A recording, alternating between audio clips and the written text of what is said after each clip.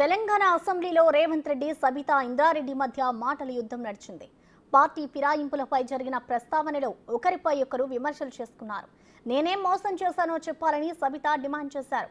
సబితకు ఓవైపు సీఎం, మరోవైపు deputy CM గట్టి కౌంటర్ ఇచ్చారు. నాయకుడు సభలకే రాడు, వీళ్ళు కలిసి వస్తారని చెప్తే నమ్మేది ఎవరు అధ్యక్ష? నేను అందుకే వారికి సూచన చేస్తున్నా, వెనకాల ఉండే అక్కలు ఇక్కడ ఉండి చెప్పి ఇక్కడ ముంచి అక్కడికి తేలినరు. ఆ అక్కల మాటలు విన్నాడు అనుకో జూబ్లీ బస్ స్టాండ్లో కూర్చోవాల్సి వస్తుంది అధ్యక్ష. గౌరవ ముఖ్యమంత్రి గారు ఎంజాయ్ చేస్తున్నారు. ఇప్పుడు మాట్లాడుతుంటే గుండె మీద చేసుకొని చెప్పాలి అధ్యక్ష. ముఖ్యమంత్రి గారు కూడా ఆ రోజు నేను అక్కగానే ఆశీర్వదించిన, ఆ రోజు పార్టీలోకి వస్తున్నప్పుడు ఒక అక్కగా ఆశీర్వదించిన, బాబు నువ్వు చాలా పెద్దగా ఎదుగుతావు, ఈ రాష్ట్రానికి ముఖ్యమంత్రి అవుతావు, రాయి పార్టీలకని ఆహ్వానించిన నేను. ఈరోజు మరి నన్నెందుకు కక్ష తీర్చుకుంటున్నాడు నాకు అర్థమైతలేదు. ప్రతిసారి ప్రతి అసెంబ్లీలో నేను నిన్ను కాంగ్రెస్ పార్టీలకు రమ్మన్నా పెద్ద లీడర్ అవుతావు అని చెప్పినా, పార్టీకి నీకు భవిష్యత్తు ఉంటుందని చెప్పినా అని చెప్పింది, అది వాస్తవం. కానీ ఇంకొక విషయం, ఇది మా ఇద్దరి మధ్యలో వ్యక్తిగతంగా జరిగిన చర్చని ఈరోజు సబితక్క సభలో పెట్టింది కాబట్టి దీని కొనసాగింపుగా జరిగిన కొన్ని చర్చలు కూడా నేను సభలోనే చెప్పాను. 2018 శాసనసభ ఎన్నికల్లో కూర్చోండి రాజశేఖర రెడ్డి గారు, నేను కొడంగల్ శాసనసభలో ఓడిపోయిన తర్వాత 2019 పార్లమెంట్ ఎన్నికలు వచ్చినప్పుడు కాంగ్రెస్ పార్టీ నన్ను పార్లమెంటుకు పోటీ చేయమని అన్నప్పుడు ఇదే సబితక్క ఇంటికి వెళ్ళి ఇదే సబితక్క నన్ను పిలిచి నువ్వు మల్కాజ్గిరి పార్లమెంట్లో పోటీ చేయి, ఎన్నికల్లో నీకు అండగా నిలబడతా అని నాకు మాట ఇచ్చి పార్టీ నన్ను ఎంపీగా డిక్లేర్ చేసిన మరుక్షణం టీఆర్ఎస్ తో మాట్లాడుకొని పోయి టీఆర్ఎస్ లో చేరింది అధ్యక్ష.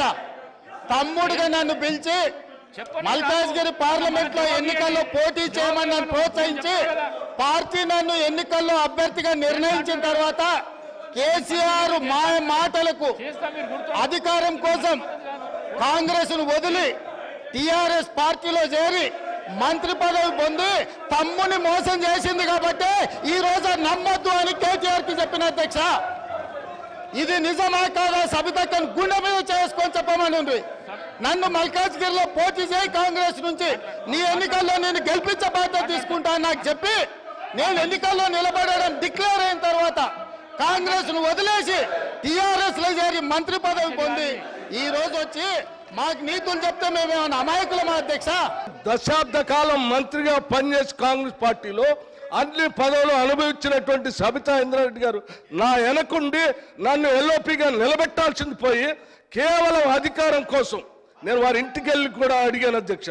నాతో పాటు అనేక మంది నాయకులను తీసుకొని పోయి అమ్మ ఎల్లబాకండి, మీరు పోతే ఎల్ఓపి స్టేటస్ పోతుంది, కాంగ్రెస్ పార్టీ పరువు పోతుంది, 10 సంవత్సరాలు మీరు మంత్రిగా అనుభవించారు, మీరు ఇప్పుడు కూడా ఎమ్మెల్యేగా ఉన్నారు, కాంగ్రెస్ పార్టీ మీకు ఏం తక్కువ చేయలేదు, మీకు ఇంకా కావాలంటే ఇంకా చాలా చేస్తుంది, చివరికి మీ అబ్బాయికి పార్లమెంట్ సీటు కూడా కాంగ్రెస్ పార్టీ ఇచ్చింది, చేయబాకండి అని పదే బతిలాడితే వారు చేసింది ఏంది అధ్యక్ష? ఒక్కసారైనా ఆలోచన చేశారా? మీరు ఏం ఆలోచన చేశారు అధ్యక్ష? నీ అధికారం కోసం, మీ స్వార్థం కోసం కాంగ్రెస్ పార్టీ నిర్ణయం కాదని ఈ రాష్ట్ర చరిత్రలో ఎవరిని చేయలేకుండా నన్ను సిఎల్పి లీడర్గా చేస్తే అది లేకుండా చేయటం కోసం వదిలిపెట్టిపోయి టీఆర్ఎస్ పార్టీలో చేరినటువంటి వారు ఇవాళ బాధపడుతూ మాట్లాడుతున్న, ఆవేదన చెందుతున్నా అంటే ఆవేదన చెందాల్సింది ఎవరు అధ్యక్ష? నేనా, కాంగ్రెస్ పార్టీయా, లేకపోతే ఈ రాష్ట్రంలో ఉన్నటువంటి ప్రజాస్వామ్యవాదుల ఎవరు అధ్యక్ష బాధపడాల్సింది? వారా? ఇంకా ఏం ముఖం పెట్టుకొని ఈ సభానాయకుడిని రేవంత్ రెడ్డి గారిని ముఖ్యమంత్రి గారిని పట్టుకొని ఇంకా మాట్లాడుతున్నారు? దేనికి మాట్లాడుతున్నారు అధ్యక్ష?